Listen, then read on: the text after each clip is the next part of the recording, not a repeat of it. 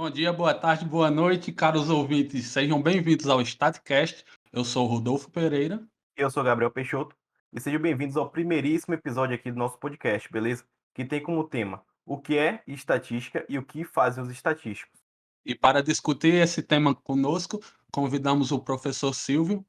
Muito obrigado pela presença, professor. Caso o senhor queira se apresentar para a galera, à vontade. Bem, eu que agradeço. Eu agradeço o convite, né, feito pelo ilustríssimo aluno Gabriel, junto com o outro ilustríssimo aluno Rodolfo, e torço para que esse podcast possa alcançar a comunidade de estatística, né, principalmente no que tange aos alunos que estão aí querendo terminar o curso, entender um pouco da perspectiva, e aqueles que são curiosos a respeito da estatística. Então, professor, para começar aqui a nossa conversa, a gente viu que o senhor é graduado em matemática, só que, como a gente já teve a satisfação de conhecer o senhor é apaixonado pela estatística, né?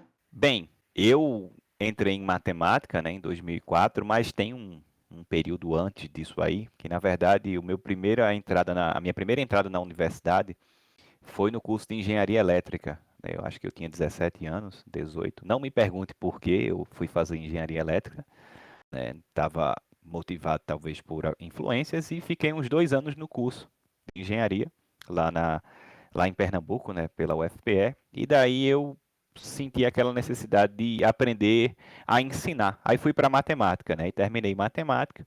E ao término do curso de matemática, o meu professor orientador, né, o ilustríssimo professor Antônio, né, que acredito que já esteja aposentado nos dias de hoje, e ele fez o convite para fazer a pós-graduação em matemática pura. Eu disse, professor, não. Eu prefiro trabalhar com estatística ou com uma matemática computacional. E aí é que começa, né, o interesse pela estatística, de maneira geral. E professor, para o pessoal que é de fora da comunidade acadêmica e de fora da nossa área, o que é estatística e como foi que ela surgiu? Você pode falar um pouquinho para a gente? Bem, definir a palavra estatística, né, como ela surgiu, quando a gente fala de estatística, ela passou a ser uma ciência quando houve as necessidades dos governos, né, a questão do Estado, na formação de políticas públicas, né, e era tudo com as questões das análises demográficas e esse tipo de aplicações. Mas a estatística em si, se a gente for voltar mesmo aos registros históricos, né, se você, por exemplo, voltar até em questões de religiões, por exemplo, olha lá o livro base das religiões cristãs e dos judeus, lá no livro de Números, já tinha lá, né, a ideia do censo, né, quando houve a contabilização do número de homens e mulheres e aptos para a guerra, né, naquele período, pelas 12 tribos de Israel. Não existia o nome estatística, mas aquilo já era um levantamento estatístico, sem que os profetas soubessem que aquilo era estatística. Mas ela foi introduzida pelo Estado com esse interesse de formulação de políticas públicas e econômicas para a administração pública, nesse interim. O senhor tem uma noção mais ou menos de como se deu a evolução dela desse período para cá? Porque hoje a gente tem uma coisa bem mais evoluída que antigamente. Assim, quiser discutir nomes importantes para a área e tudo mais. A gente tem que voltar e traçar um paralelo, né, com a matemática, Rodolfo. Acho que sua pergunta é fundamental, porque a estatística matemática, se assim a gente puder chamar, ela vem da teoria das probabilidades, né? Ela vem lá de Kolmogorov, ou até antes de Kolmogorov, que ela passa por Pascal, passa por Fermat, o famoso matemático Fermat. Isso vem lá do século XVII. A gente não estava aqui ainda, né? Talvez aí os nossos tataravós, né, estivessem vivos aí. E aí a ideia nesse início dessa construção era estudar os jogos de azar, né? Sabe? Cálculo de probabilidades e chance de vencer ou não uma partida num jogo de azar, por exemplo, né? Aí você dá um pouco de um salto aí, né, um lapso, quando você fala, por exemplo, quando é que foi desenvolvido o método dos mínimos quadrados, por exemplo. O método dos mínimos quadrados foi escrito pela primeira vez por Gauss, né, o Carl Friedrich Gauss, né. E aí existem, claro, outros e outros estatísticos, né, e suas contribuições. A palavra estatística, ela é uma palavra latina, né. Ela vem do Statisticum Collegium, né? Statisticum Collegium, então, que aí vem do Conselho de Estado, né? Que era exatamente, né, a ideia do estadista ou político que fazia essas observações para contabilizar as necessidades do Estado, né? E aí o termo, né, Statistik, vem do alemão, o Gottfried Anschwall, né? Para falar alemão aí talvez diga o nome, né, o nome mais correto. Mas a gente tem uma evolução, né? Uma evolução que aí vai desde Pascal, né? Vem desde Pascal, Fermat, Bernoulli, o Jacob Bernoulli, Abraham de Moivre, né? Que eles fazem aí um tratado aí da doutrina das chances, né? O estudo das chances. Aí tem que dar uma olhada nesse tratado, né? E também, claro, em se tratando da parte mais moderna, a obra de Kolmogorov, né? Quem puder ter acesso ou já teve acesso a essa obra de Kolmogorov e ver a construção das definições e os axiomas probabilísticos, consegue entender o porquê da necessidade dessa separação da estatística com a matemática, né? Não é um divórcio, entendeu? Mas é um ramo diferente. E aí, como você me perguntou a respeito de uma linha histórica, a gente pode pensar em Thomas Bayes, né? Onde há o imbróglio e a fundamentação da parte bayesiana, George P. Box, Chebyshev, Sir David Cox, muita gente assim que para eu falar eu passaria muito tempo aqui, tá? Mas são pessoas importantíssimas, Ronald Fisher, Francis Galton, o Carl Friedrich Gauss, que eu já falei, o Andrei Kolmogorov, o Lyapunov, o Abraham Demov, Isaac Newton também, né? Carl Pearson, né? Rao, né? Entre outros. John Tukey, por exemplo, lá quando vocês estudarem o teste Tukey, ele não está lá por acaso, né? E há pessoas também mais modernas que nessa nossa era pós-moderna que vem trabalhando com a estatística teórica e aplicado o computacional também. Perfeita colocação. E, por exemplo, quando a gente fala de estatística, a maioria das pessoas eles têm aquela visão que estatística é só pesquisa, só pesquisa, só pesquisa. Só que para a gente que é da área, a gente sabe que não é muito bem assim. Você pode falar um pouquinho como é que a estatística está presente no dia a dia da sociedade em si e o poder que ela traz para definir algumas coisas, até mesmo para a própria sociedade? Pois é, Gabriel, você tocou num ponto, né? Na verdade, quando me perguntam que eu trabalho em estatística, o que a estatística é fazer gráfico, fazer, né, aquele gráfico de setores, popularmente chamado com gráfico de pizza, ou fazer pesquisa, né? A estatística ela não se limita a apenas uma parte descritiva ou a teoria das amostragens, né? A estatística está no nosso cotidiano, quando você que, por exemplo, gosta de futebol e vai lá no site Chance de Gol, né, e vai saber a probabilidade do seu time vencer na próxima partida.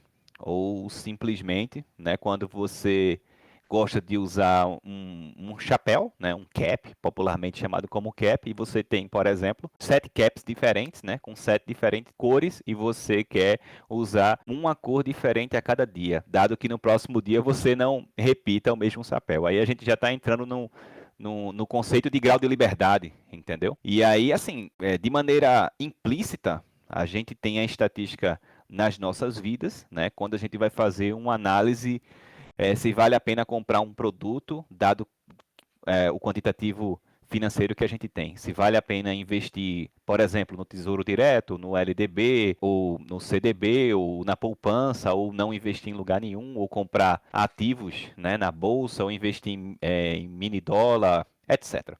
Então, análise de risco, né, análises financeiras, teorias da amostragem, epidemiologia de dados, né, com essa nossa situação da Covid agora, onde a gente precisa não apenas do grande volume de dados, mas da correta interpretação do que os dados estão nos tratando. Então, é muito importante no nosso cotidiano, por exemplo, saber que uma simples enquete de Twitter ou de uma outra plataforma, né, de uma rede social, ela não tem um poder estatístico, por exemplo.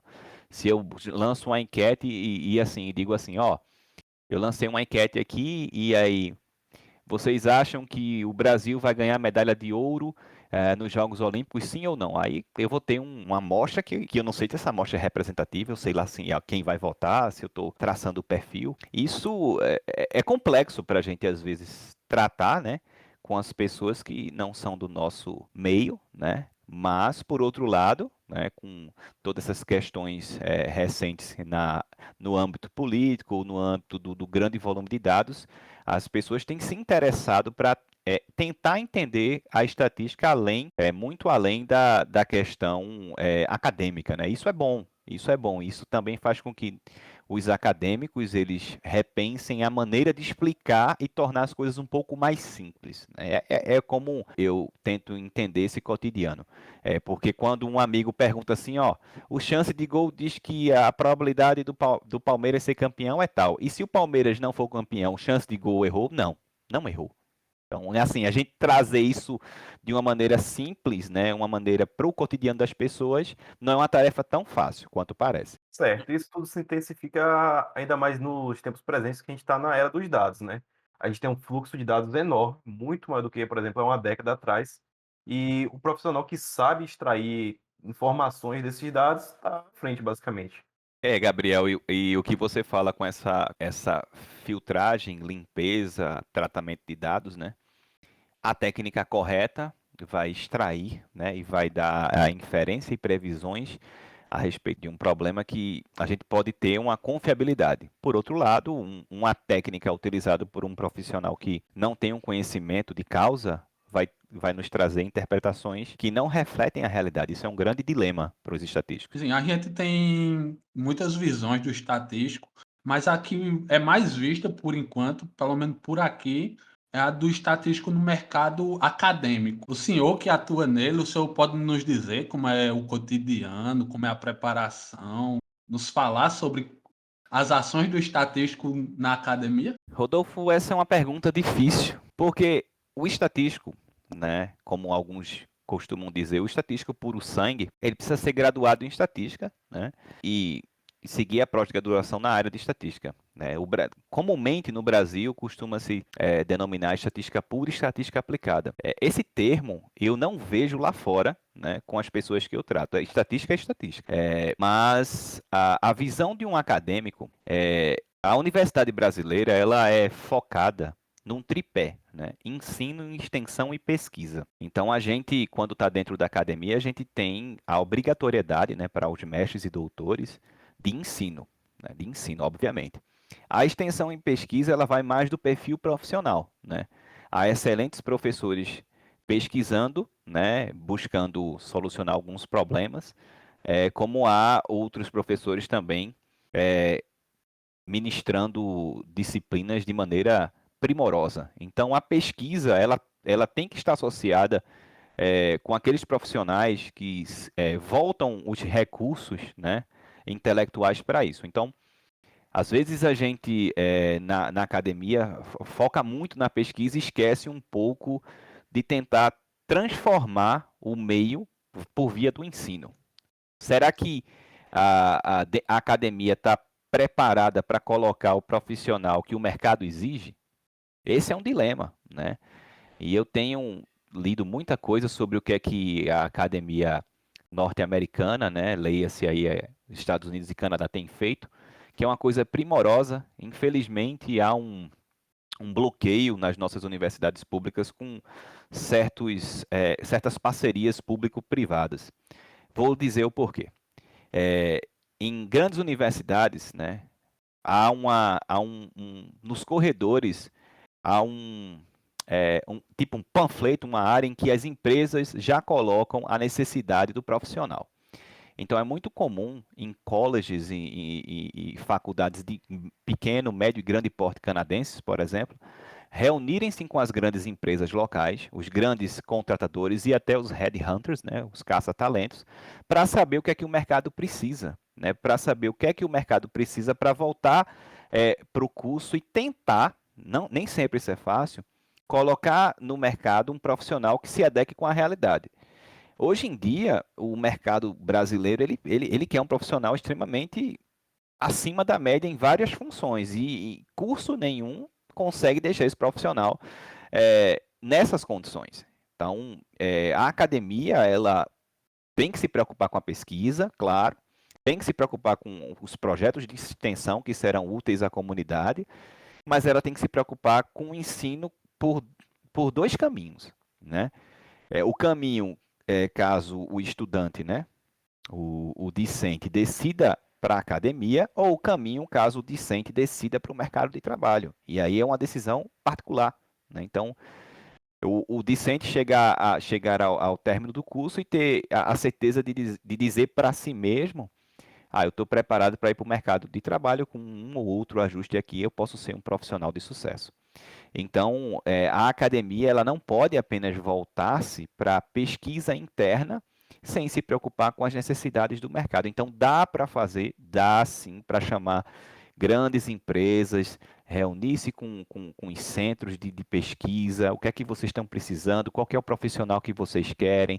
Vocês precisam mais na área de controle estatístico de qualidade, vocês precisam mais na área de bioestatística, e não a gente ficar engessado em currículos que não evoluem, tá? Em currículos de coisas que são necessárias, obviamente, a teoria ela não pode ser deixada de lado, mas a realidade é outra hoje. Ou a gente se adequa à realidade ou a gente fica para trás. Isso é uma coisa que me pego pensando às vezes em quão diferente podem ser tanto o caminho acadêmico para o caminho do mercado.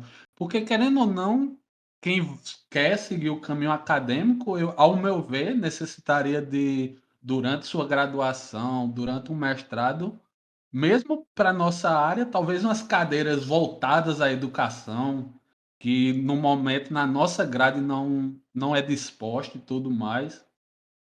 E tem essa questão também da atualização da necessidade dos contratantes, que, como o senhor colocou, a gente segue meio estagnado, nosso currículo não acompanha as modificações.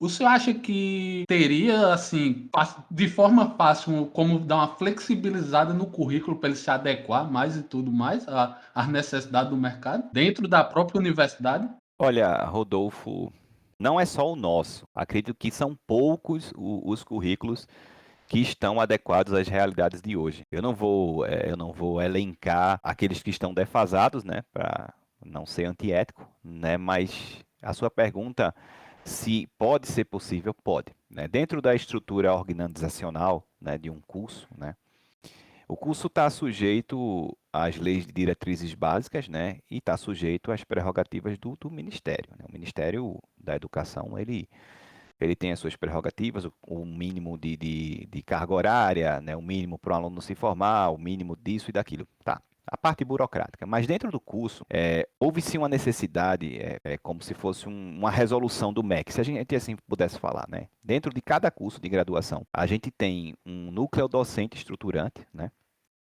E um colegiado do curso, né? Entenda-se que o colegiado ele vai julgar e deliberar sobre as decisões do núcleo docente estruturante. Então, o núcleo docente estruturante ele é responsável para preparar o PPC do curso, né? Você vai lá, entra lá no site do nosso departamento ou consegue via CA, você tem um PPC mais atualizado. Só que o nosso PPC ele não pode ficar muito tempo travado. Então, qual que é o tempo mínimo? Qual que é o tempo mínimo para uma atualização de um PPC? Isso é discutível, né? Também a gente não pode atualizar um PPC a cada 6 meses, porque aí a gente entra com a turma, e teríamos conflitos, né, entendeu?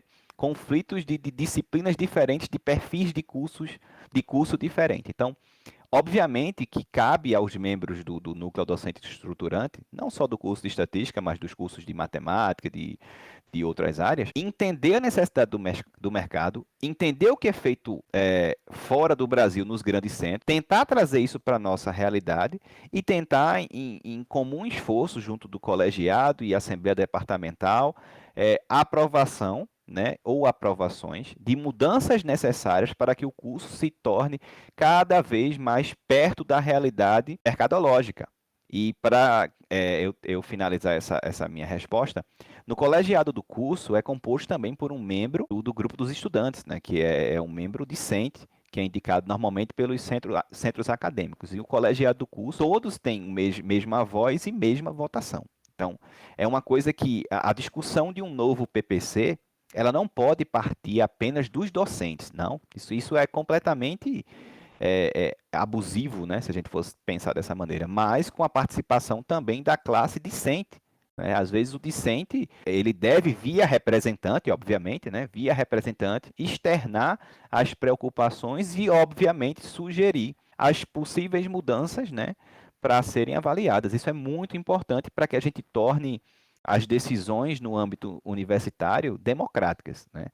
E um ambiente democrático, né, é interessante para um crescimento de novas perspectivas, novas estratégias de modernização dos cursos. E no nosso caso, de tentar tornar o nosso curso de estatística próximo à realidade. O senhor acha que existe visivelmente uma causa para essa repulsão em seguirmos essas tendências que têm dado certo lá fora? Porque, como foi comentado, os Estados Unidos têm essas reuniões com donos de empresas, os representantes. Eu creio que a Europa também deve fazer isso, já que a educação lá também é de alto nível. E por aqui a gente não vê isso. Isso tem uma causa visível ou é simplesmente por causa da burocracia? Olha, como você perguntou, Rodolfo, o que eu acho, então eu vou dar a minha opinião, né? Obviamente que a minha opinião, então, reflete só o meu ponto de vista, né? É obviamente que o ouvinte ou os ouvintes aí podem discordar.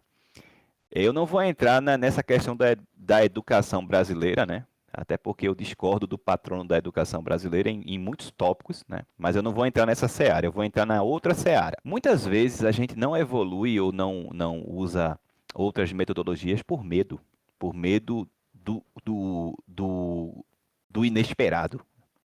Por exemplo, vamos tratar um pouco de pós-graduação, tá? Um Perfeito. programa de doutorado em alguns países europeus, né? Você vai ter o contato com o seu orientador, orientadora, e você vai pagar uma ou outras disciplinas que o seu orientador, orientadora vai indicar e você vai fazer a sua pesquisa. Se você faz a sua pesquisa em 2 anos e publica os seus artigos, você vai ter o título lá de PhD, né? Aí você vai correr atrás de um emprego, tá? Na graduação, qual é o fim principal para o aluno? É se formar e garantir um emprego, né? Ou se formar e seguir a pós-graduação. Aí, como eu disse anteriormente, vai seguir do perfil de cada um. Então, o dilema é, por que não trazer uma empresa, uma gigante aí, uma big tech, para dentro de um departamento? Porque dentro do sistema universitário há certos entraves criados por resoluções de algumas pessoas, né? De alguns conselhos que fazem essa parte. Aí a gente teria que entrar numa discussão bem profunda sobre a função dos conselhos, que acreditam, eu discordo deles, que isso é privatizar a universidade. Muito pelo contrário. A UFPB e a UFCG, elas estão aumentando o número de patentes, né, o número de produtos patenteados dentro da universidade. E saiu matéria antes da pandemia, acredito que em 2019, elogiando o trabalho das nossas co-irmãs paraibanas, né, nesse ponto. E um exemplo que eu posso dar para vocês, quando eu estava na graduação ainda, nos anos 2000, o núcleo lá, o Centro de Informática da UFPE, ele já tinha parceria com a Siemens, a Motorola na época, hoje com Google, Facebook, etc. Então, dentro do curso de informática surgiu, né, saiu do curso e cresceu além das fronteiras do curso, o CESA. Depois vocês procurem o que é o CESA, C.E.S.A.R, Centro de Estudos Avançados do Recife, se eu não errei no logo, né? E o CESA tinha um dos grandes professores que é homônimo, né? Tem o mesmo nome que eu, é Silvio, também um professor. E aí ele tinha uma visão muito ampla sobre a questão mercadológica, né? E o que é que acontecia? Dentro do centro de informática lá, né, da UFPE, eles não estavam ocupando o topo no Brasil por acaso, né? Claro que há lá dentro a pesquisa profunda, há essa preocupação com publicações e produções e com um nível de formação boa dos alunos. Existia não uma empresa júnior, existiam empresas júnior, várias empresas júnior dentro desse curso, e eu fiz vários cursos com empresas júnior dentro do SIM, né, que era o Centro de Informática. Para você ter uma ideia, eu fiz um curso de C em 2008, né, com a empresa júnior, um curso de 60 horas, muito bem feito, por sinal. E os alunos dentro desse curso de graduação, eles tinham a opção, seguir para a pós-graduação ou seguir para o mercado. E os headhunters estavam lá. Então, era comum, ainda é, vários alunos, já antes de se formar, estarem estagiando em grandes corporações, né? E ao término da graduação, deixarem de ser trainee para serem contratados. Então, a gente tem um potencial muito grande, né, na nossa instituição, mas a gente fica travado por uma mentalidade, infelizmente, que não deixa que a gente cresça. Por exemplo, é possível você trazer um grande laboratório? É possível. É possível você trabalhar com o banco que fornece o nosso pagamento, no caso o Santander? Totalmente possível. Mas para isso a gente tem uma série de resoluções e protocolos que deixam as coisas muito complexas para você colocar um aluno estagiário dentro de uma instituição desse porte. Então, isso dificulta, isso desmotiva, né? As coisas poderiam ser mais simples. A entrada de grandes empresas, de indústrias dentro da universidade, ela não vai deixar a universidade, não vai fazer com que a universidade deixe de ser pública, gratuita e de qualidade, porque isso é cláusula da Constituição, lá é cláusula pétrea, então não vai mudar. Você não vai pagar mensalidade, não vai deixar de ser pública. Então, isso aí poderia trazer mais bolsas de incentivo para os alunos, mais bolsas de incentivo para os docentes, melhores laboratórios, melhores qualidades de pesquisa, entre outras coisas. Então, esse entrave é questão, às vezes, de medo de buscar um avanço, né? Uma das coisas que eu sempre aprendi com meus colegas americanos e pesquisadores é o seguinte: você só vai conseguir saber se você não vai conseguir fazer alguma coisa se você tentar. Até o momento que você não tenta e traça um objetivo que você consegue fazer, eu quero chegar nesse nível, aí você chegou. Vamos aumentar mais um pouco? Não, para mim já está bom. Então aí você se limitou na sua capacidade de crescimento. Isso vale para a área profissional, né? Então, se você como estudante diz assim, eu quero aprender essa técnica, vou aprendi essa técnica. Será que eu posso juntar essa técnica com outra? Então, será que a gente não poderia ter um laboratório de análise de risco? Será que a gente não poderia ter um laboratório para trabalhar com os dados da prefeitura, com os dados do governo, com os dados federais, com os dados da saúde, com os dados do Ministério da Economia? É possível. Agora, os trâmites para nós conseguirmos essa ligação são difíceis, é uma tarefa hércula. E nem sempre a gente vai conseguir. E também a questão de quais as pessoas vão se interessar por isso, né? O material humano também tem sido um problema para a gente. E aproveitando essa última pergunta que o Rodolfo fez para o senhor professor, quais são os perfis e as ocupações que um estatístico pode ter? Bem, olha, o estatístico é um profissional que ele é um termo que tinha no Windows antigamente, né? Acho que era o Windows 95, 98, vocês aí me corrijam, né? Multipreemptivo. Então, ou seja, ele pode trabalhar com análise de dados, com análise estatística, com modelos estatísticos, com base de dados. Ele pode ser um gestor de projetos, ele pode ser um acadêmico, ele pode ser um pesquisador e ele pode ser um professor, né? Em linha geral, assim, deixando em poucas palavras, um estatístico ele é necessário em toda e qualquer empresa, como ele é necessário em toda e qualquer pesquisa acadêmica. Para quem está iniciando e tudo mais no ramo, o objetivo aqui do podcast é a gente conseguir atrair público novo, trazer gente interessada, expandir conhecimentos. Tipo, durante o ensino básico, a gente vê muito pouco de estatística e às vezes nem nos é informado que aquilo é estatística, que foi o meu caso. Eu até o pouco antes da graduação, tipo, eu sabia que existia, mas eu não sabia ao certo o que era. E tipo, o primeiro contato que os alunos em geral têm com estatística é a questão da média, moda e mediana, que eu, na minha época, foi em matemática que eu vi, eu não sabia que era de estatística. E aí, o senhor pode nos explicar um pouco essa questão de média, mediana e, como diriam aí a galera mais descontraída, o que é que está na moda aí, professor? Estatisticamente falando. Essa pergunta que você fez é interessante, né? Se você, como eu sou um pouco mais velho que vocês, né, acho que uns 20 anos pelo menos, ou perto disso, no meu nível médio, a gente fazia média, moda e mediana e fazia uma parte lá frequentista, alguma coisa, e isso era estatística para a gente, tá? Era isso aí, né? Ninguém estava preocupado com análise demográfica ou técnicas de amostragem básicas, tá? Na graduação, como eu fiz a graduação de matemática, eu tive, né, uma disciplina de estatística, que era probabilidade estatística, que nem era dado por um estatístico. Daí você tira o problema, né? E aí, para quem conhece, era o livro do Paul Meyer, né, que é aquele livro de capinha marrom. E era o livro todo. Aprendia lá o que era população e amostra até chegar em intervalo de confiança para média, teste de hipótese, para variância, essas coisas. Aprender a usar lá a tabela lá, distribuição normal, que quadrado, pronto, era isso aí. Era uma visão geral. E aí você pergunta, né, média, moda, mediana, né?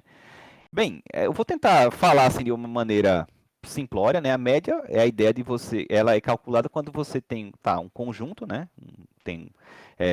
Você vai somar todos os valores de um conjunto de dados e vai dividir pelo número de elementos, né? Aí existem outros tipos de média, média ponderada, média geométrica, etc. E aí, a moda, né, é aquele dentro de um conjunto o valor mais frequente, o que aparece mais, né? É o que está na moda, literalmente, né? Então você está lá, tem uma turma aí, você tem 40 alunos, a moda é 7. E aí a mediana é o ponto central, tá? Ponto central lá de um conjunto de dados.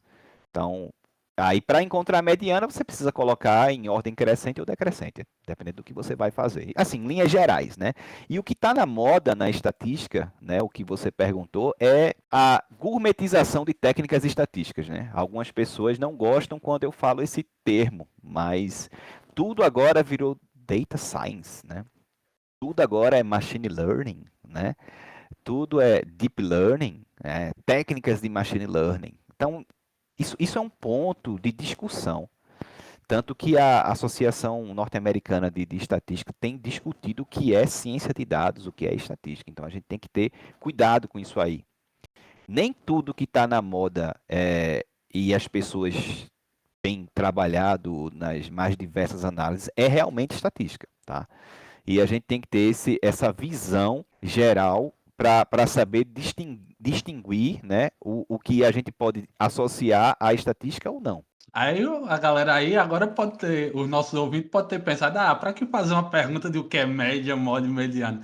Só que tem um gancho muito bom, que é uma coisa que eu gosto, que é tipo a discussão da importância de realmente.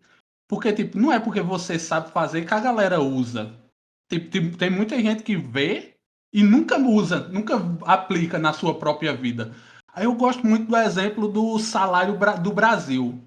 Que a galera, toda reportagem que eles vê a média salarial. Mas e a mediana salarial? Aí o que é que você acha aí? O que seria melhor de ser mostrado à população? O porquê? O ponto forte de mostrar a média, o ponto forte de mostrar a mediana salarial do Brasil e tudo mais.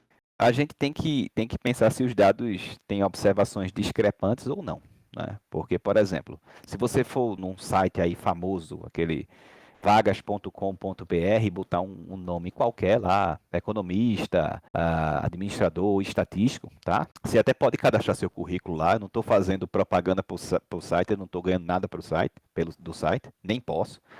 Então, se você colocar lá estatístico, há a observação lá do portal de que o salário inicial é R$ 3.339 e pode ser até 7.000, né, o máximo. Então, a média salarial para um estatístico no Brasil seria 5.168, né? Mas aí a gente tem um dilema, Rodolfo. Esse salário é pago para um estatístico ou para quem vai trabalhar com estatística?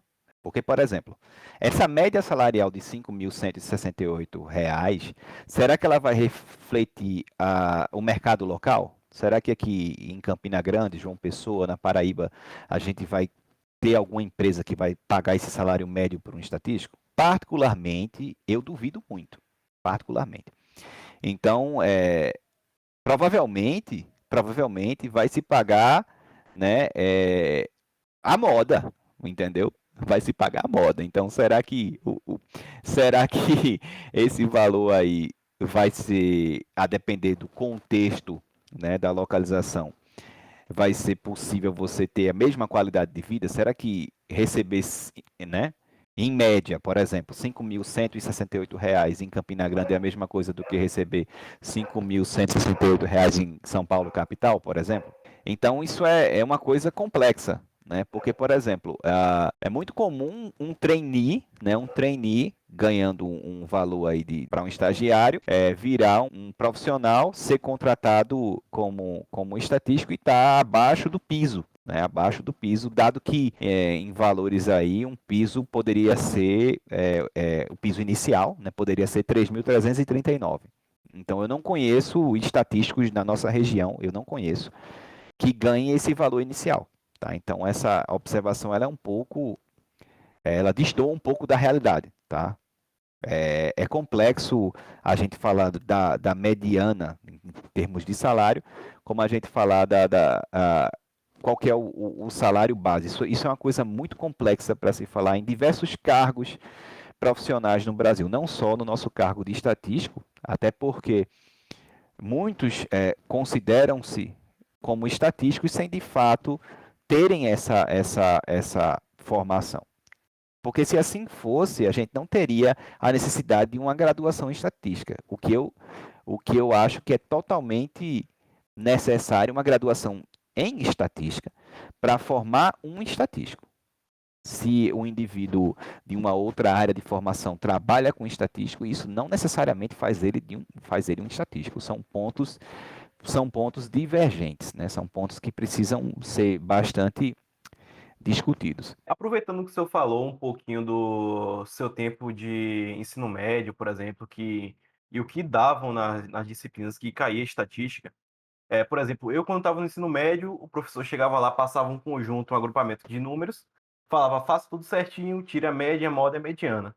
Só que quando a gente vai para a academia, a gente percebe que está em outro nível.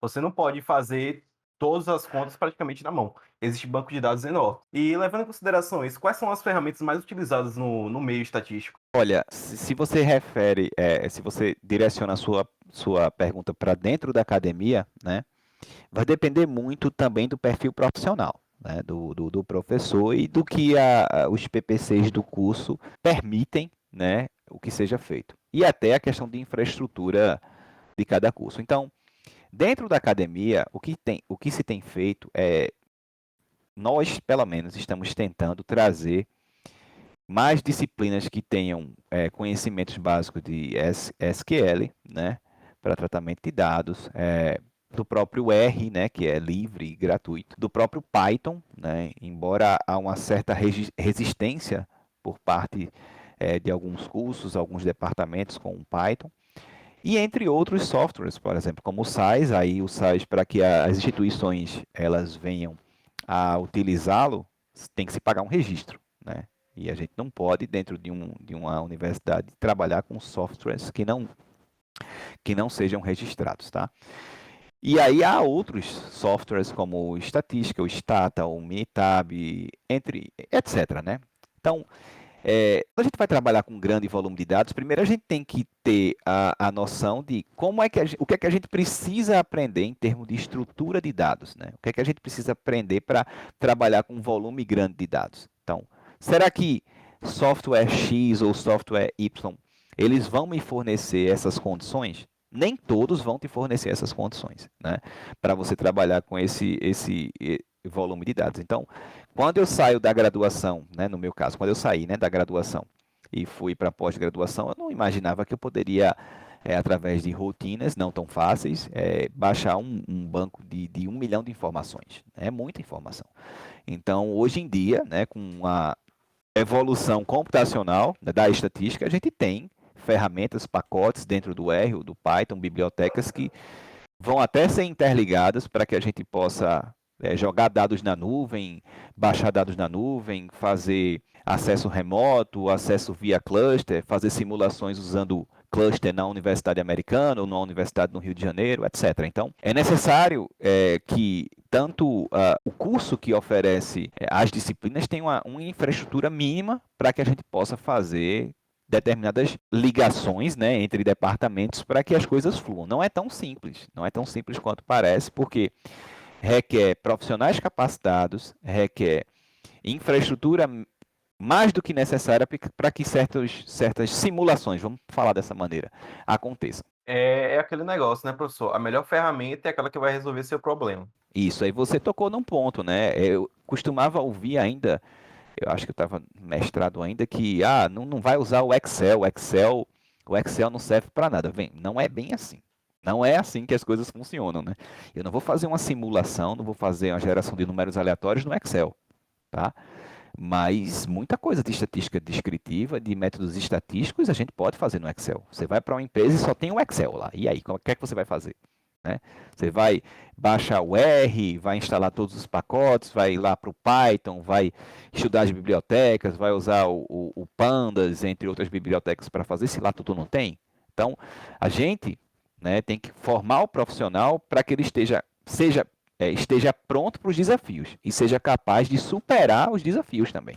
E não seja um profissional robotizado para escrever até uma receita de bolo no R, por exemplo. Calma, existem outras ferramentas tão boas quanto que podem também resolver os problemas. Eu sempre parto do princípio de que, por exemplo, se eu consigo resolver esse problema num software gratuito, excelente.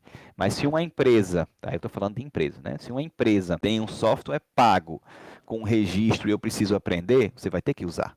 Tá? Porque se você não usa, vem outro profissional e vai usar, e você vai perder a sua condição de estar empregado. Certo. E aproveitando que o senhor citou também, um dos pontos mais importantes da estatística é a parte descritiva. O que seria ela e qual a sua importância, por exemplo, em um projeto? Olha, não tem tratamento. Vou tentar ser bem simples, né? Não tem tratamento de dados técnicas sofisticadas se não tem uma análise descritiva e bem feita dos dados. Então, por si só, a análise estatística, que alguns dizem que a análise descritiva é básica, e eu não acho básico, ela vai já te mostrar as características essenciais dos dados. Questão de assimetria, à esquerda ou à direita, se tal técnica pode ser utilizada, se não pode ser utilizada, e tu vai poder, via, né, as medidas de tendência central, por exemplo, as medidas de dispersão, explicar muita coisa a respeito de um banco de dados específico, em síntese, né? Como eu já ressaltei que a gente tem o interesse em atrair um público novo, vamos dizer que a gente despertou a curiosidade de alguém e ele está querendo um material para dar uma iniciada na estatística. O senhor tem algum material para indicar? Olha, tem um livro muito bom, né, que é Uma Senhora Toma Chá, né? E eu não vou dizer o que é que tem no conteúdo no livro, porque aí perde, né, perde a graça, né? Mas vale a pena a leitura. E também eu não sei se já tem em português, mas acredito que tenha, que é aquela Statistics for Dummies, né? Que é estatística para leigos, né? Então, que são livros, né? Em se tratando de livros, são bastante introdutórios e tentam desmascarar um pouco dessa ideia por trás de contas, gráficos, etc. Além de que no próprio TED Talks, né, se você dá uma olhada lá, tem um matemático, um estatístico, não lembro, que ele faz um panorama sobre o papel da estatística. Então, acho que é um vídeo de 40 minutos, né, de uma palestra, que eu até apresentei esse vídeo quando eu estava na disciplina seminários, né, e era bem interessante, para que o estatístico visse qual que é o papel da estatística e um não estatístico entendesse qual que é o papel da estatística. E tem um filme também, muito interessante, eu vi esse filme no cinema, é um filme acho que com o ator Brad Pitt e com outro ator que eu não me recordo o nome, que fala sobre o beisebol, né? E acredito que o time de beisebol é algum time de Atlanta, não lembro o nome. E aí o técnico é o Brad Pitt, e aí a equipe contrata um economista que trabalhou com banco de dados e usa muito estatística, né?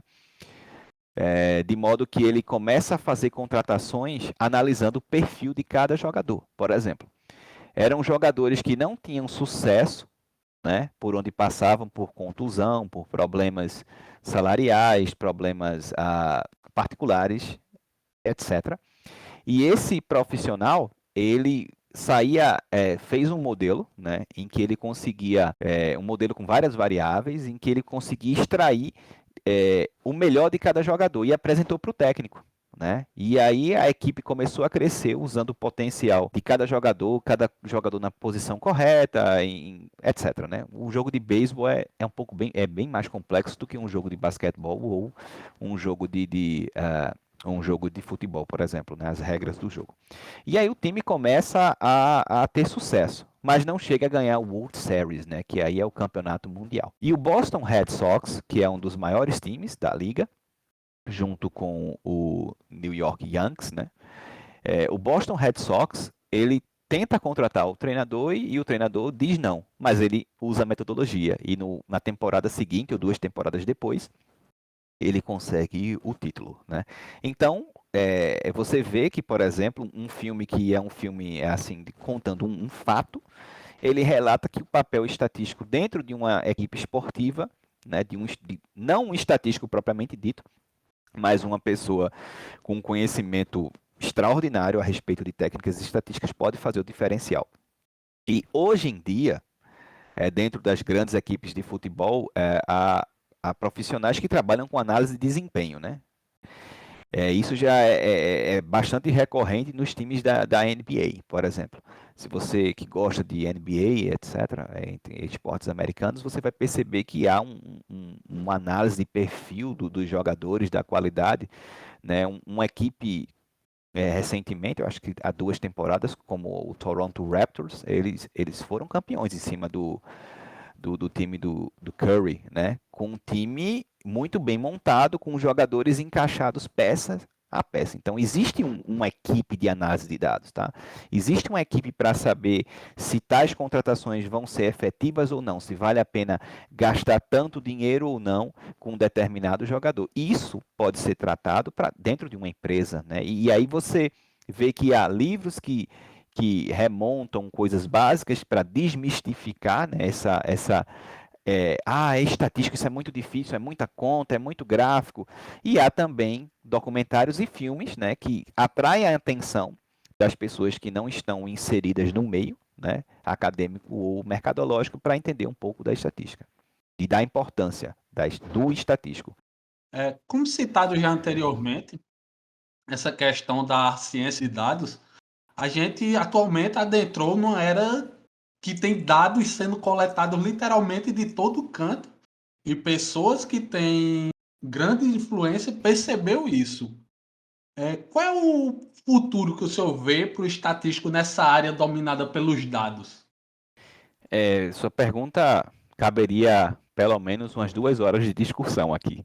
É importantíssimo você tocar nesse ponto, né? Mas eu vou tentar ser breve. Na minha concepção, um estatístico ele é um cientista de dados, tá? E o diferencial do estatístico que pode vir a ser é se ele consegue usar as técnicas de machine learning, né? Que, por exemplo, quando a gente vai falar em técnicas de machine learning, né? Há técnicas que são supervisionadas, algoritmos, né? E não supervisionadas. Então, é muito comum a gente ver cursos e mais cursos aí, YouTube, gratuitos e muito bons, por sinal, ou pagos também nas plataformas como Udemy, DataCamp e Hotmart, né? Falando sobre Machine Learning, Deep Learning, etc. Então, o estatístico ele tem que ter cuidado, porque ele tem conhecimento de muitas técnicas de Machine Learning, tá? Porque o aprendizado de máquina, ele é um subconjunto de inteligência artificial. Então, assim, a gente trabalha com algoritmos, né, que vai permitir que o sistema tome decisões automáticas sem suporte externo ou tome decisões automáticas com suporte com o nosso suporte em linhas gerais, né? Então, a gente tem que ter cuidado com essas técnicas de aprendizado que você aprende no curso. Por exemplo, se eu paro para pensar, né, num modelo de regressão, né, um modelo de regressão simples, múltipla ou logística, por exemplo, você vê que isso é um tipo isso não é uma técnica propriamente criada pelo machine learning. Não, isso é uma técnica de aprendizado supervisionado, né? Você pode para você criar o algoritmo lá no teu software, por exemplo, o Python, vamos supor, para calcular lá modelos de regressão e fazer uma previsão, você vai precisar aprender e saber e ter noções básicas, tá? O que é um modelo de regressão. Porque senão você vai criar um modelo de regressão em que você não vai respeitar as suposições básicas para o modelo de regressão, por exemplo. Então, você precisa associar o teu conhecimento teórico, e é aí que o estatístico entra. Ele é um cientista de dados. Então, com conhecimento computacional, que é o que está na moda. Então, nem tudo que é dito de machine learning, né, é tudo machine learning. E aí você tem também o aprendizado, né, assim, se a gente for traduzir dessa maneira, o aprendizado não supervisionado, né? Por exemplo, um aprendizado, né, um algoritmo não supervisionado é o algoritmo de cluster, que você aprende lá em multivariada, né? Não lembro aí pela ementa se é em multivariada 1 ou multivariada 2, por exemplo. Nesse tipo de técnica, o que é que você tem? Você vai ter grupos, né, dados que vão ser agrupados de acordo com certas características em grupos diferentes, tá? E aí você tem um outro tipo de aprendizado que pode ser parcialmente supervisionado, tá? E aí, para um aprendizado parcialmente supervisionado, você tem um grupo de dados, tem um modelo, aí tem uma tarefa supervisionada, tem que ter o conhecimento dessa tarefa, né? E aí você tem, entre aspas, aí um modelo final, tá? Então, tem também técnicas que são híbridas, que é aprendizado de máquina semi-supervisionado, entendeu? Então, dá para a gente discutir isso durante muito tempo, Rodolfo, sobre fazendo uma revisão desse tipo de técnica, né? Porque vai ter um aprendizado multitarefa, né? Aprendizado online. Então, abre um leque muito grande. Tem também o tipo de aprendizado ativo, né? Então esse aprendizado ativo ele vai selecionar um subconjunto da amostra dos dados que você deseja para aprendizado. Aí você, por exemplo, eu tenho um conjunto e eu tenho, assim, em linhas gerais, né? 5% dessa amostra eu vou fazer um teste, vou ver o que é que vai acontecer e depois eu executo aquilo que eu quero, tá? E tem também um aprendizado por transferência, etc, tá? Um aprendizado por transferência, você tem um modelo lá, ele vai transferir o conhecimento através de uma tarefa previamente organizada para um novo modelo. E aí a gente tem, assim, é como eu te disse, tá? A gente passaria aqui pelo menos umas 2 horas discutindo. E eu nem falei das técnicas de aprendizado bayesiano, por exemplo, né? Que aí tem outra coisa, tem um conhecimento a priori, tem os dados, usa lá o teorema de Bayes, né? E vai buscar uma distribuição a posteriori e vai ter uma previsão. Você pode, por exemplo, utilizar uma análise de séries temporais com viés bayesiano, por exemplo, um modelo de regressão com viés bayesiano. Aí não sei se deu para entender essa minha síntese, que não foi tão síntese assim, né? De maneira geral. Deu sim, deu para dar uma esclarecida. Quem sabe futuramente a gente aí, se o senhor não nos permitir outro encontro, a gente não aborda esses temas mais profundamente para a comunidade aí que tem interesse e tudo mais. Bem, é uma proposta, né? É uma proposta, assim, não, eu não quero desconstruir a ideia de machine learning, longe de mim, mas eu quero que o estatístico lá, o cara que está entrando no primeiro período, ou que está no sexto, ou que está buscando estágio, saiba que, olha, análise de regressão, séries temporais, multivariada, planejamento de experimentos, estatística espacial, análise de sobrevivência, são técnicas estatísticas que podem ser utilizadas com um procedimento de inteligência artificial. Aí, obviamente que para isso você precisa de um ferramental computacional, né? A gente tem que pensar também, como acadêmico, de transformar mais essas técnicas em procedimentos computacionais, independente do software que você vai utilizar, seja R, Python ou MATLAB, por exemplo, ou C ou C++, não interessa, mas que a gente, transformando essas técnicas, esses procedimentos teóricos em aprendizado de máquina, sendo supervisionado ou não, a gente está trabalhando com machine learning. Isso é um tópico que pode ser discutido no futuro sem problemas. E esse ano, na UFRJ, o curso de estatística registrou uma nota de corte acima de 750 pontos.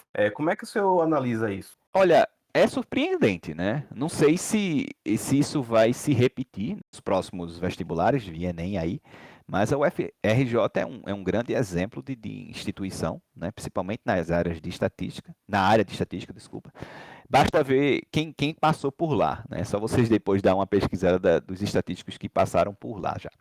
Então, de certa forma, isso gera uma grande concorrência, um aumento da nota de corte, acredito eu, e que vai traçar um perfil de um profissional melhor, né? Porque às vezes o cidadão ele entra num curso de fácil acesso, com uma nota de corte mais baixa, mas o curso é extremamente complexo, como é o nosso, e difícil, né? E aí ocorrem problemas como mau desempenho, frustrações, etc.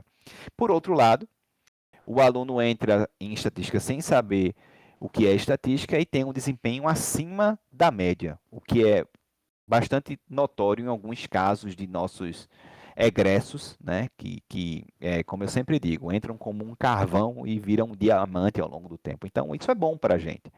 Isso é bom para que a sociedade saiba que existe, né, um profissional, né, um estatístico propriamente dito, né, e que existem bons cursos, né, dentro do nosso país, da nossa região, principalmente, para uma formação de profissionais qualificados para enfrentar as necessidades mercadológicas. Então é bom, é muito bom saber que a UFRJ cresceu de maneira a um nível próximo de um ponto de corte, talvez, das engenharias, por exemplo. Sim, ficou. Eu achei magnífico essa nota, porque ele mostra que a estatística é tão importante quanto outros cursos, como os cursos tradicionais de nota alta que temos por aí, que sabemos que tem cursos que tradicionalmente têm uma nota de corte maior. A estatística na UFRJ desbancou alguns deles. No ENSE também, a nota de corte lá foi acima de 600 pontos. Foi 650 e pouco, se eu não me engano. Eu achei maravilhosa. Só que em alguns outros locais a gente ainda vê notas de cortes baixas. Como, por exemplo, na nossa instituição, a UEPB, que a nota foi na faixa dos 500 e poucos pontos. Na Federal do Goiás, a nota ficou em 494. O que o senhor acha que pode causar isso? Talvez falta de conhecimento do pessoal que mora nessa área sobre a área, a falta de demanda de profissionais nesses locais. O que o senhor acha? Olha, a UEPB, Rodolfo, ela é um dos centros de transformação da realidade, né, em termos educacionais do nosso estado da Paraíba, né? Então, uma nota em estatística, uma nota mais baixa na UEPB, ela pode representar uma série de fatores, né? Eu vou tentar, né, em linhas gerais, traduzir essa sua pergunta para dois fatores. Primeiro, o número de vagas, né, a gente tem que comparar aí quantas vagas entram na UFRJ, quantas vagas entram na Federal de Goiás, porque a gente tem dois cursos, se você levar em consideração, tá? Acredito que talvez a UEPB seja a única instituição no Brasil, se tiver outra aí a gente procura e se informa, né, que tenha dois cursos. Nós temos um curso matutino, né, e um curso noturno. Então, o quantitativo de alunos que vai nos procurar nessa região aqui da Paraíba é bem maior, na nossa região. É muito comum para o nosso curso o aumento, a chamada de várias listas, né? Pelo menos quando eu estava na coordenação, chegava até a sexta ou sétima lista do SISU, chamando alunos, chamando alunos. Isso aí são procedimentos da administração superior da universidade, seguindo determinações do SISU. E aí tem um porém. A nossa nota, se a gente cabe coordenação, departamento, eles podem decidir sobre a pontuação de cada componente da prova. Então, a gente tem que ver e tem que fazer uma análise mais profunda com relação ao desempenho médio dos estudantes na Paraíba nas diferentes etapas da prova do Enem, na parte de matemática, na parte de humanidades, etc. Eu não me lembro a pontuação, né? Eu preciso checar isso aí, mas se a gente aumentar muito a pontuação, talvez a gente tenha um grande problema de sobra de vagas. Não sei se você consegue compreender a dinâmica do sistema, entendeu? Compreendo. Porque assim, ó, Infelizmente, a nossa sociedade, ela, se você, eu posso falar por mim, né? Se você decide deixar um curso de engenharia, né, para fazer um curso de licenciatura em matemática, você vai ser professor, né? Mas toda profissão precisa de um professor, né? E aí você passa no vestibular e vai lá, né? Fera, a mulher raspa a sobrancelha, o homem raspa a cabeça. Pelo menos no meu tempo era assim, não sei se ainda fazem isso, né? E aí você passou em quê? Eu passei em estatística. O estatístico ganha dinheiro? O estatístico faz o quê? Isso é frustrante, né? Quando você se depara com um estereótipo, né? E é um preconceito. Porque não só existem as profissões dos engenheiros, né, a medicina e a advocacia, né? A gente tem profissionais diferentes para diferentes áreas do conhecimento. Então, uma nota mais alta para a gente, ela não vai refletir, talvez, a necessidade. Tá? Então, o que a gente tem que pensar nesse ponto é o número de vagas que a gente oferece supre a demanda ou não. Tá? Porque aumentar as notas no Enem por aumentar, a gente pode recair no que eu falei no começo da sua pergunta sobre sobrarmos vagas. Então, se sobra vaga, aí a gente tem um problema. Aí pode um conselho universitário, em determinação superior, diminuir o número de vagas. Então, isso é uma discussão complexa, isso é uma discussão muito complexa, mas eu espero, aí a opinião minha, que a gente reveja um pouco da nota de corte, entendeu? Porque um curso difícil como estatística não pode ter uma nota na parte de matemática tão baixa, mas isso é opinião minha, tá? Isso aí eu não posso responder pela coordenação ou pelo departamento, porque existe a função do coordenador e do colegiado que definem isso aí. Mas eu acho que deveria aumentar um pouco a nota, porque às vezes entram no nosso curso, e não é só na UEPB, tá? Isso é geral, tá?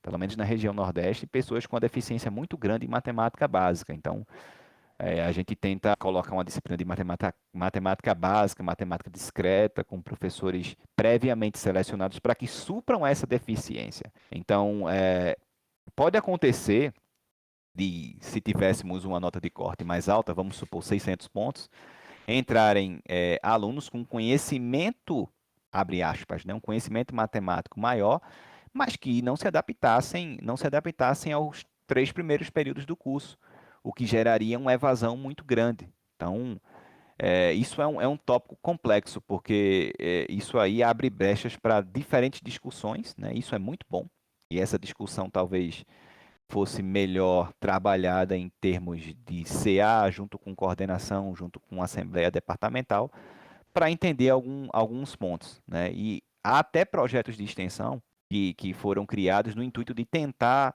suprir essa deficiência dos alunos que entram. Então, veja que uma nota mais baixa, né, ela mostra também uma problemática que está por trás disso. Isso é um ponto interessantíssimo. Sim, sim. Como o senhor destacou aí, a questão do nível que o alunado hoje em dia sai do ensino médio na matéria de matemática, né? Infelizmente, e na maior parte, eu não sei, podemos pesquisar depois, mas a minha realidade foi essa. Eu saí deficitário, matematicamente falando, do meu ensino médio, e eu acho que muita gente deve passar por isso, porque eu fiquei muito feliz quando eu entrei no curso de estatística, que eu vi que tinha uma cadeira de matemática básica, que eu acho que ela me ajudou bastante, principalmente para as cadeiras subsequentes, como cálculo e tudo mais. Ela foi de grande ajuda. Cadeira essa de matemática básica que, ao que tudo indica, somente a UEPB dispõe para os cursos de estatística. Normalmente as outras já começam direto em cálculo, mas é uma questão importante de se ver essa causa do nível de matemática que o alunado sai do ensino médio, né, professor? Olha, Rodolfo, você tocou num ponto interessante.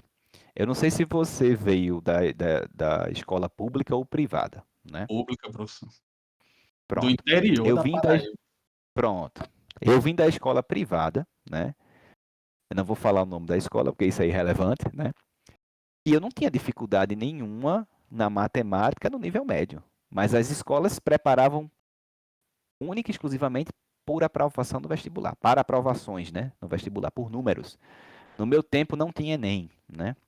E aí, se o Enem é bom ou não, é outra discussão, não cabe a gente, né? Mas assim, eu tive muita dificuldade, cara, muita dificuldade, porque eu entrei no curso de engenharia e cálculo 1, geometria analítica, etc., tudo de uma vez, né? Tive muita dificuldade no tocante de que, no nível médio, o professor dava teoria, fazia exercício. Não estou falando de tocar violão e contar piada. Isso para mim é outra coisa, né? Estou falando de fazer exercício mesmo. Fazia exercício, tirava dúvida. Na universidade, para você tirar uma dúvida com o professor, primeiro você tem que passar pelo monitor, né? Tem a monitoria. Então, a depender do professor, o nível de ocupação dele, você consegue 1 hora por semana e a depender do perfil do professor, isso é muito complicado. Então, eu tive muitas dificuldades e eu tive uma excelente base. E aí quando tive a oportunidade de trabalhar com a matemática discreta, né, que é a disciplina do primeiro período, acho que faz uns 3 anos ou 4, não lembro, eu comecei a entender a realidade do aluno que chega.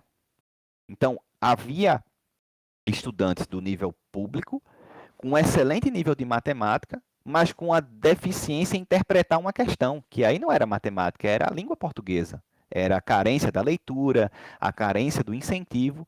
Por outro lado, havia pessoas que não sabiam somar uma fração.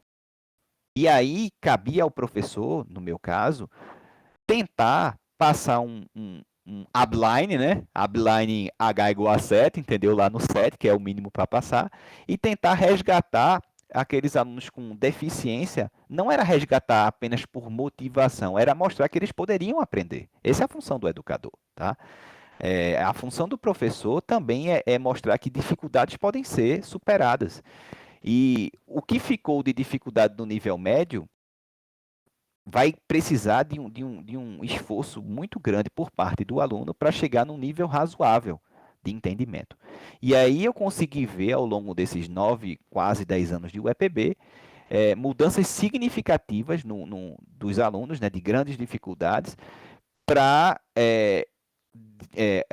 obtenção de conhecimentos além dos quais eu poderia imaginar que o aluno tinha capacidade de chegar. Ou seja, eu não limitava o que ele poderia aprender. Muito pelo contrário, eu dava as ferramentas para que ele pudesse se desenvolver além do que eu esperava.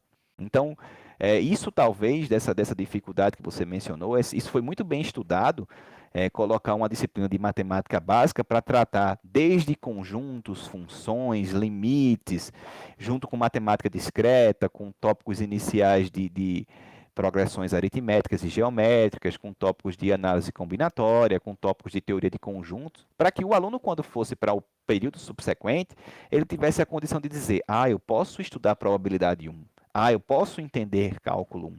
Então, ao EPB, aí é um orgulho para mim, né, nesse sentido, porque tanto o departamento de matemática como o departamento de estatística, eles perceberam que havia um déficit muito grande e era necessário mudar isso, porque a gente não quer evasão. Eu quero que bons alunos cheguem, alunos medianos cheguem, alunos com mais dificuldades eles cheguem e que eles possam evoluir, ter o prazer, né, de que a gente está lá para ajudar, tá? Então, eu tenho bons exemplos de professores pelos quais passaram na minha vida e tenho maus exemplos. Então, eu tenho opção. Eu prefiro seguir os bons, né? Os maus a gente aprende de como não ser. Então, os bons a gente toma como referência. E o senhor tem alguma experiência no exterior ao Brasil? Você pode contar um pouquinho sobre a importância do estatístico em outras nações também? Olha, eu tive uma passagem, né, em 2012, eu apresentei o meu projeto junto com minha orientadora, o meu projeto ao número 1 da área, né, que é o professor Vijay Singh. Ele é o número 1 da área de modelos não lineares, sistemas dinâmicos, que é a área de entropia, né? E aí eu apresentei o meu projeto e ele me convidou, né? Conversou comigo, fez uma entrevista em inglês e me convidou. E aí eu passei uma temporada de 6 meses com o professor num departamento de agricultura. O que seria a Exalc USP, né? Aí eu fiquei lá trabalhando com ele nesse tópico e como estatístico, né? Eu não sou estatístico puro sangue, né? Mas como estatístico e foquei apenas nos meus trabalhos da tese. Mas o estatístico lá fora, pelo menos onde eu estava, ele é muito bem visto. Simplesmente porque atribui-se a ele o interpretador, né, o conhecedor e o divulgador das análises de dados. Então, é muito importante e é muito valorizada a profissão.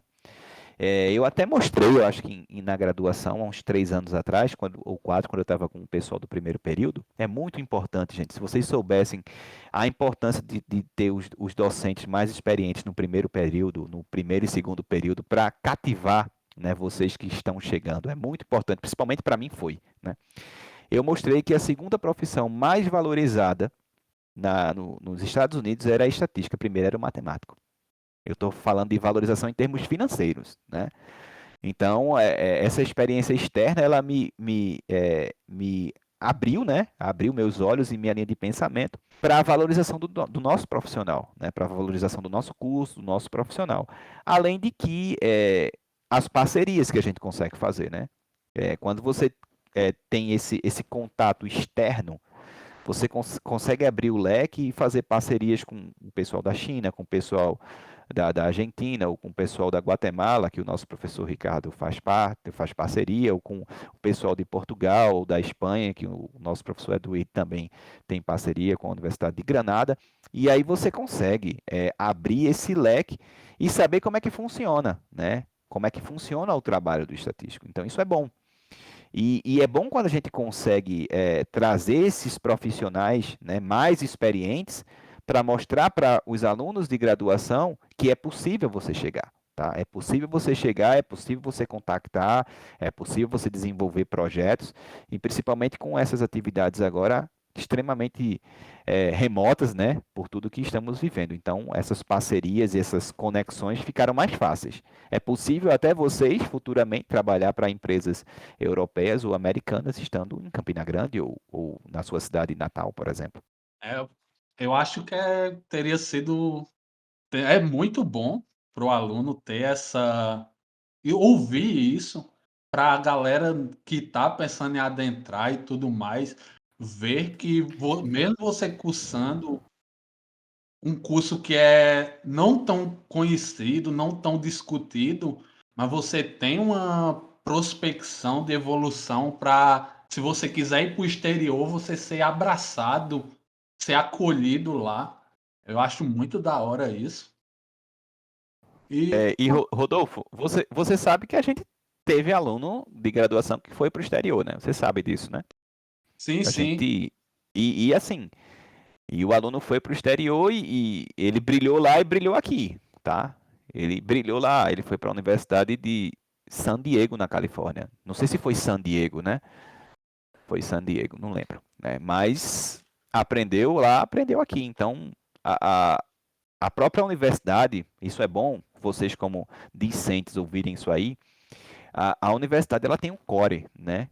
E o pessoal que está lá no core, vamos supor assim, vamos, em termos gerais, o Carlos lá, ele tem um conhecimento absurdo com outras universidades e conexões, e, além de representar muito bem a nossa universidade. Há sempre programas, há sempre bolsas de intercâmbio, e isso muda o perfil do aluno. Entendeu? Isso faz com que o mundo não gire em torno da nossa cidade, o mundo não gira em torno de trabalhar em Campina Grande, de uma pessoa, não, não.